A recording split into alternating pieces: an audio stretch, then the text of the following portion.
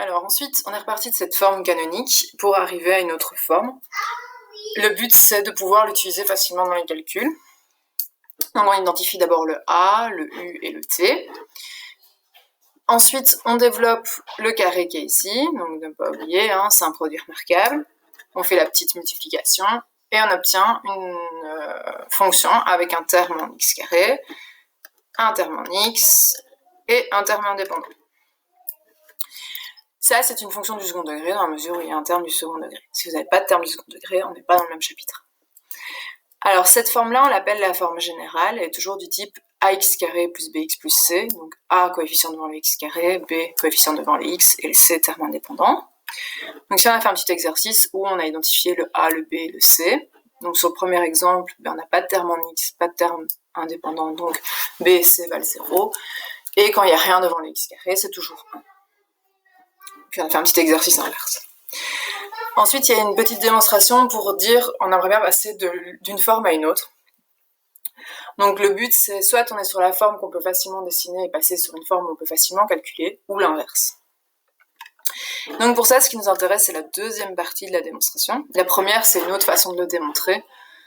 Et voilà, on n'en a vu qu'une. Alors qu'est-ce qu'on fait? On développe le carré avec les lettres.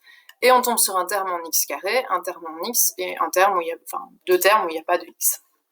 On essaye de l'égaler à l'expression générale. Et donc après, on les égale membre à membre. Donc on a un terme en x carré qui est déjà le même.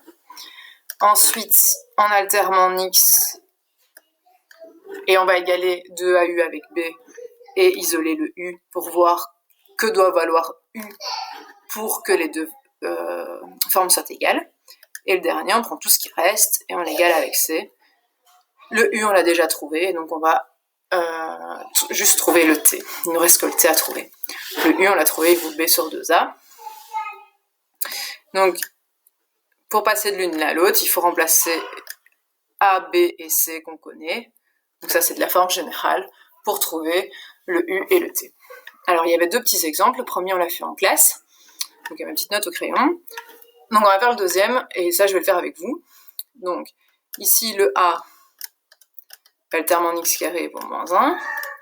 Le B, terme en x, il vaut 1. Et le C, il n'y en a pas, il vaut 0.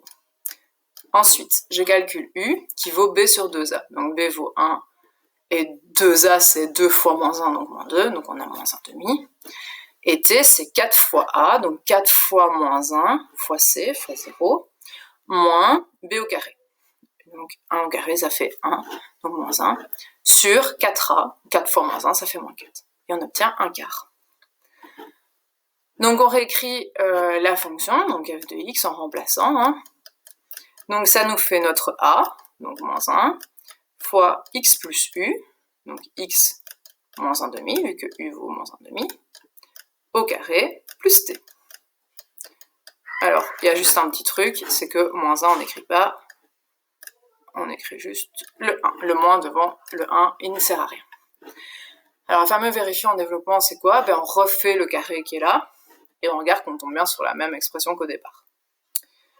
Pour le sommet, on sait que le sommet, c'est moins ut, donc ça, voir la vidéo précédente. Moins ut, et donc le moins u, moins 1,5, ça fait 1,5, et t, ça fait un quart.